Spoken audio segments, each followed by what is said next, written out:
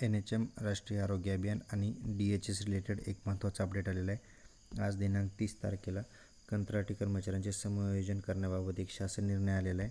तर त्याचा भरतीवर काय परिणाम होणार किंवा तो शासन निर्णय काय आहे ते बघू. सगळ्यात पहिलं बघा, हा शासन निर्णय आज दिनांक 30 तारखेचा. याच्यामध्ये राज्यातील कार्यरत जे कंत्राटी कर्मचारी आहेत NHMचे, त्यांचे 10 वर्ष सेवा त्यापेक्षा जास्त झाली आहे त्या कर्मचाऱ्यांकरिता अधिसंख्य पदे निर्माण करण्याबाबत आणि आवश्यक खर्चास मान्यता देण्याबाबतचा हा शासन निर्णय आहे. ठीक आहे.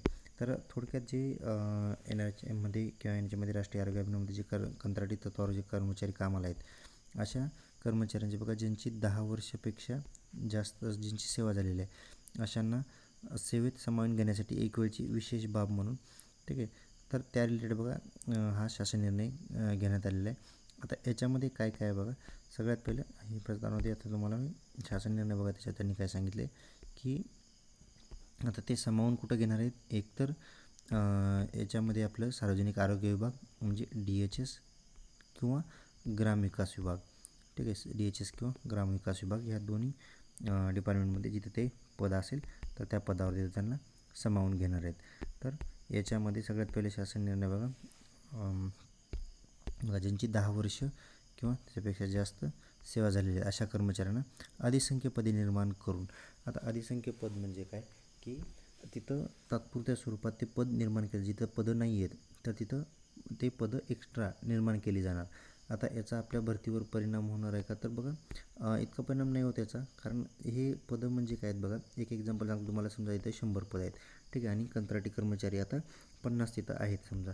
तर हे 50 जे कंत्राटी कर्मचारी आहेत यांच्यासाठी हे अधिसंख्या म्हणजे तात्पुरत्या स्वरूपात हे 50 पदं हे निर्माण केली जाणार त्यांच्यासाठी सेपरेट.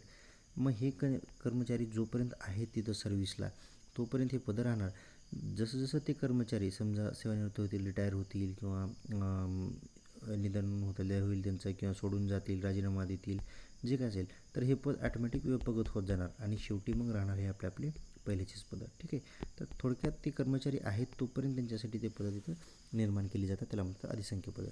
ठीक आहे. तर बघा आता याच्यामध्ये सगळ्यात पहिलं एक यांनी काय काय निर्णय घेतलेले. एक तर सगळ्यात पहिलं जे इम्पॉर्टंट पॉईंट आहे मी तेवढं फक्त एक्सप्लेन करतो. याच्यामध्ये ज्या कंत्राटी कर्मचाऱ्यांना खंड वगळून म्हणजे गॅप न घेता असं 10 वर्ष किंवा त्याहून अधिक सर्व्हिस झालेले आहेत, तर असे जवळपास किती आहेत बघा, 15,010 कर्मचारी.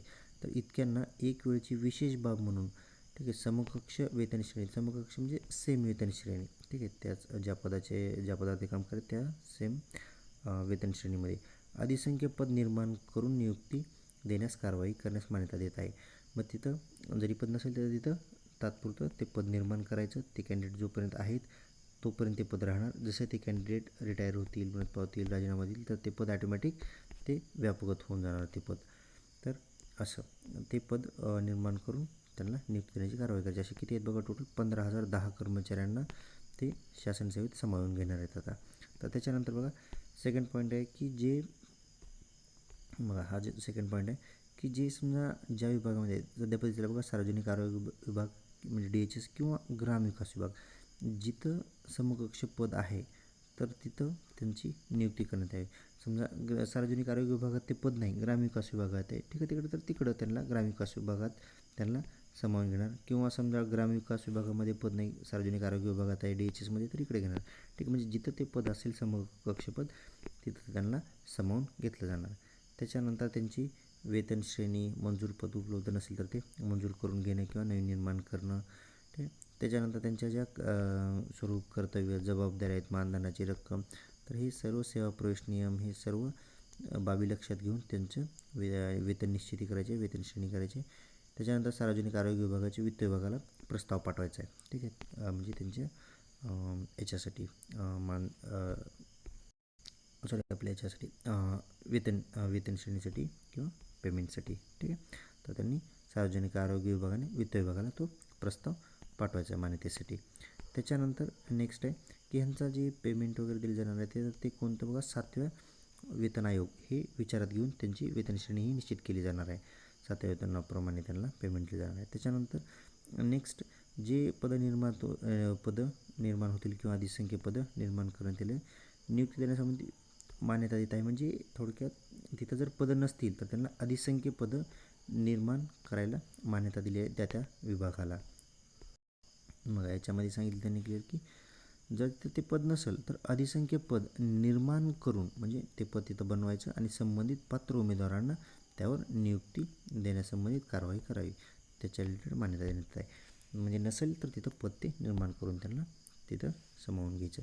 त्याच्यानंतर त्यांचं जे हे आहे पेमेंट बघा, प्रस्तावित अधिसंख्य पदाकरिता समकक्ष संवर्गाच्या वेतन श्रेणीमधील निम्न स्तरावरील मूळ वेतन अनुदेय करण्यास मान्यता आहे. म्हणजे ज्या पण कॅडरमध्ये आहे तर त्याचं जे मूळ वेतन आहे बेसिक, ठीक आहे, तर ते त्यांना देण्यात येईल त्या कॅडरमध्ये सेम ज्या वेतन श्रेणीमध्ये किंवा ज्या कॅडरमध्ये ते आहेत त्यांचं जे मूळ बेसिक आहे तर म्हणजे परमनंट कॅन्डिडेटचं कर्मचाऱ्यांचं तर तेवाला मूळ बेसिक त्यांना देण्यात येईल. पण समजा जर त्यांचं पेमेंट जर ऑलरेडी जास्त असेल बघा, तर इथं नेक्स्ट पॉईंट दिलं आहे की वेतन संरक्षित करण्याबाबत मान्यता आहे. म्हणजे जर त्यांचं पेमेंट ऑलरेडी जास्त असेल आणि जर बेसिक कमी असेल त्या पदाचं तर असं नाही की त्यांना परत बेसिकवर कमी पेमेंट येणार नाही, त्यांचं वेतन संरक्षण पण त्यांना मिळेल. त्याच्यानंतर नेक्स्ट त्यांना रेग्युलर कर्मचाऱ्याप्रमाणे बघा त्यांना निम्न स्तरावरील मूळ वेतनाशिवाय त्यांना आपला महागाई भत्ता DA प्रवास भत्ता TF ते पण त्यांना लागू राहतील, ते पण त्यांना मिळतील. ठीक आहे. आता बघा याच्यामध्ये त्यांना काय काय मिळणार नाही, तर बघा याच्यामध्ये सगळ्यात पहिलं 10वा पॉईंट बघा, याच्यामध्ये त्यांना जे अधिसंख्य पदावर जे कर्मचारी आहेत किंवा ज्यांना सामावून घेतलं जाणार आहे त्यांना पदोन्नती म्हणजे प्रमोशन, आश्वासित जी प्रगती योजना आहे आपली ती आणि सेवानिवृत्ती कुटुंब निवृत्ती म्हणजे पेन्शन, तर हे त्यांना लागू राहणार नाही, त्यांना या गोष्टी मिळणार आहेत. जरी शासन सेवेमध्ये त्यांना सामावून जरी घेतलं तरी त्यांना या गोष्टी लागू राहणार नाहीत. म्हणजे त्यांना प्रमोशन किंवा आश्वासित प्रगती योजना किंवा पेन्शन ह्या गोष्टी त्यांना मिळणार नाहीत. ठीक आहे. त्याच्यानंतर नेक्स्ट जे त्यांना NHMच्या अंतर्गत सध्या ज्या रजा आहेत तर तेच त्यांना अनुदेय राहतील, म्हणजे त्याच त्यांना देय राहतील रजा, त्याच त्यांना मिळतील. त्याच्यानंतर नेक्स्ट आता हे पदं बघा मी स्टार्टिंगला सांगितलं तसं निर्माण करण्यात येणारी अधिसंख्य पदे ही आता व्यक्तिसापेक्ष असून म्हणजे ते त्या कॅन्डिडेटसाठी त्या कर्मचाऱ्यासाठी ती पदं तात्पुरत्या स्वरूपात बनवली जाणार, त्याला अधिसंख्य पदे म्हणतात. ठीक आहे. त्याच्यामुळं असून पदाकरिता निश्चित करण्यात आलेली कमाल वयोमर्यादा म्हणजे समजा त्याचं वय झालं आणि ते कॅन्डिडेट रिटायर झाला किंवा राजीनामा दिला किंवा आजारपणामुळं कशामुळं मृत्यू झाला तर ते रिक्त झालेलं पद व्यापकत होईल. तर मी जसं सांगितलं तुम्हाला की अधिसंख्य पद म्हणजे काय, ते कॅन्डिडेट आहे तोपर्यंत त्यांच्यासाठी ते पद आहे. ते एकदा कॅन्डिडेट समजा अमृतपालावर राजीनामा दिला काही पण झालं तो सोडून गेला तर ते पद ॲटोमॅटिक व्यापकत होईल, नष्ट होईल किंवा समाप्त होईल. ठीक आहे. त्या ठिकाणी बघा नवीन नियुक्ती करता येणार नाही, त्या पदावर नवीन नियुक्ती करता येणार नाही. मी जसं स्टार्टिंगला सांगितलं समजा 100 पदं आहेत आणि नवीन पदं हे अधिसंख्य पदं केलेत किंवा बनवले तर हे जसे जसे कॅन्डिडेट केले हे संपले पदं, हे शेवटी आपले पहिलेचे 100 पदं जसे तशी राहणार. हे 50 पदं रिकामे झाले म्हणजे चला परत या ठिकाणी नवीन भरतीमध्ये नवीन पद भरती केली जाईल असं बिलकुल होणार नाही. त्या पदावर नवीन कॅन्डिडेटला कोणाला नियुक्ती देता येणार नाही किंवा भरता येणार नाही. ठीक आहे. त्याच्यानंतर नेक्स्ट पॉईंट आहे की सदर कर्मचाऱ्यांच्या वारसांना म्हणजे त्यांच्या बाल्यांना अनुकंपचा लाभ घेता येणार नाही, ते त्यांना अनुदेय नसेल. त्याच्यानंतर ही एक वेळची बाब केवळ एक वेळची बाब आहे म्हणून त्यांना मान्यता देण्यात आलेली आहे. त्याच्यामुळं कोणत्याही योजनेसाठी वगैरे ह्याचा पुनरानंतर वापर केला जाऊ नये. आणि याच्यामध्ये एक महत्त्वाचा पॉईंटमध्ये त्यांनी सांगितलेलं आहे की ठीक आहे आता हे सेमच पॉईंट आहेत की वयाचा वगैरे विचार केला जावा. त्याच्यानंतर ठीक आहे बाकी कॉमन पॉईंट आहेत की असे प्रॉब्लेम ठीक आहे अशी प्रकरणे पुन्हा उद्भवू नये. ठीक आहे. म्हणजे सध्या जे कंत्राटी कर्मचाऱ्यांना आता परत शासन सेवेमध्ये नियमित करून घेण्याचं जे चालू आहे तर असे प्रकरणं पुन्हा उद्भवू नये, पुन्हा होऊ नये असं. त्याच्यामुळं आता इथून पुढे सरळ त्यांनी सांगितले की इथून पुढे म्हणजे जे मनुष्यबळ आहेत की ज्या सेवा आहेत ते बाह्य स्रोताने म्हणजे डायरेक्ट आउटसोर्सिंगनंच भरणार आहेत इथून पुढे त्यांनी, म्हणजे कॉन्ट्रॅक्ट बेसिसवर भरली जातील आउटसोर्सिंगनं. म्हणजे परत सध्या जसं या कॅन्डिडेटला परमनंट करणार आहेत तसं पुन्हा आणखीन असाच प्रॉब्लेम होऊ नये. इथून पुढे जे कॅन्डिडेट घेतले त्यांना आपण परत 10-1 वर्ष ड्युटी केल्यानंतर परत त्यांना परमनंट करणं वगैरे हे जे प्रकरण आहे हे प्रकरण परत उद्भवू नये, अशी घटना पुन्हा होऊ नये म्हणून इथून पुढे सरळ त्यांनी काय करणार आहेत कॉन्ट्रॅक्ट बेसवर भरणार आहेत. ठीक आहे. आता ह्याचा अर्थ असा नाही की पदभरती होणार नाही किंवा DHS होणार नाही, ज्या जागा आहेत त्या ऑलरेडी आहेत. ठीक आहे. इथून पुढल्या ह्या ज्या कॉन्ट्रॅक्टच्या वगैरे ज्या जागा आहेत त्या NHMच्या ते प्युअर आउटसोर्सिंगनं किंवा कॉन्ट्रॅक्टनं भरल्या जातील, ते त्याच्यासाठी आहे. ठीक आहे. चला नेक्स्ट त्याच्यानंतर ठीक आहे हे कॉमनच पॉईंट आहेत. हे PDF मी डिटेलमध्ये व्हॉट्सअप ग्रुपला पण टाकेल. तुमचे काही डाऊट असतील याच्या व्यतिरिक्त आणखीन तर व्हॉट्सअप ग्रुपमध्ये जॉईन करून विचारू शकता, तुम्हाला हे PDF तिथं पण मिळून जाईल.